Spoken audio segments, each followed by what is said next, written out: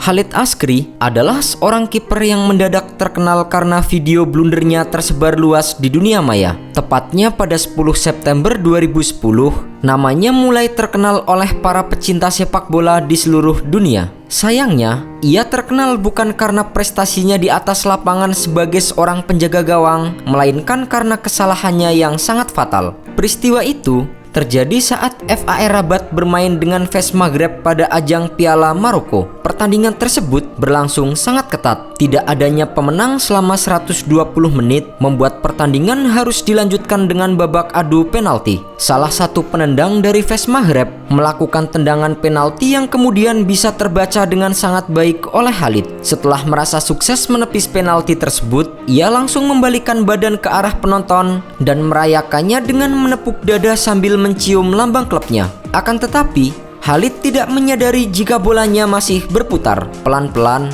bola tersebut justru bergulir dan masuk ke gawangnya. Sang penendang yang melihat kejadian itu langsung bertanya kepada wasit apakah gol tersebut sah atau tidak. Wasit pun kemudian memberikan sinyal jika tendangannya masuk dan dianggap sah. Sontak, Khalid langsung kaget dan berusaha untuk melancarkan protes. Apes bagi dirinya karena akhirnya ia kalah dalam pertandingan tersebut dengan skor 7-6. Tak hanya kalah dalam pertandingan itu, video yang tersebar luas di dunia maya juga langsung membuatnya terkenal. Seketika, nama Khalid menjadi buah bibir. Setiap kali ada video tentang adegan-adegan lucu dalam sebuah pertandingan sepak bola, maka aksi Khalid pada laga ini tidak akan luput dari pengamatan.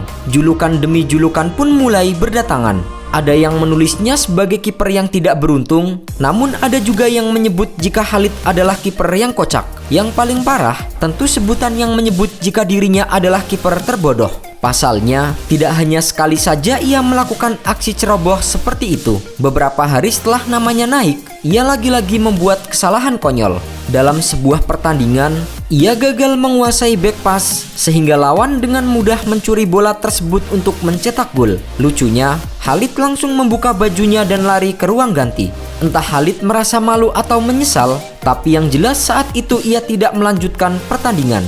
Padahal, pertandingan baru berlangsung selama 40 menit. Predikat sebagai kiper sial, kiper konyol, dan kiper bodoh tampak semakin melekat pada namanya. Meski begitu, ada berkah dari setiap musibah yang menimpa seorang manusia. Kesalahannya tersebut memang sempat membuatnya dihujat oleh suporternya sendiri. Akan tetapi, ia juga mendapatkan perhatian dari kiper-kiper kelas dunia. Pemain elit seperti Gianluigi Buffon bahkan memberikan dukungan sebagai solidaritas sesama penjaga gawang. Video itu membuat saya sangat terkenal. Namun berkat video itu, saya memiliki banyak perhatian penjaga gawang dari seluruh dunia yang memanggil saya untuk menunjukkan dukungan mereka kepada saya. Bahkan Gianluigi Buffon. Khalid sendiri sebenarnya merupakan legenda dari FAR Rabat. Ia menghabiskan 14 tahun bersama dengan klub ibu kota Maroko tersebut dan bermain lebih dari 200 pertandingan. Namun, dalam 2 tahun terakhirnya, ia dipinjamkan ke Sabab Rif Al Hoceima dan Raja Casablanca sebelum ia dipermanenkan oleh Casablanca.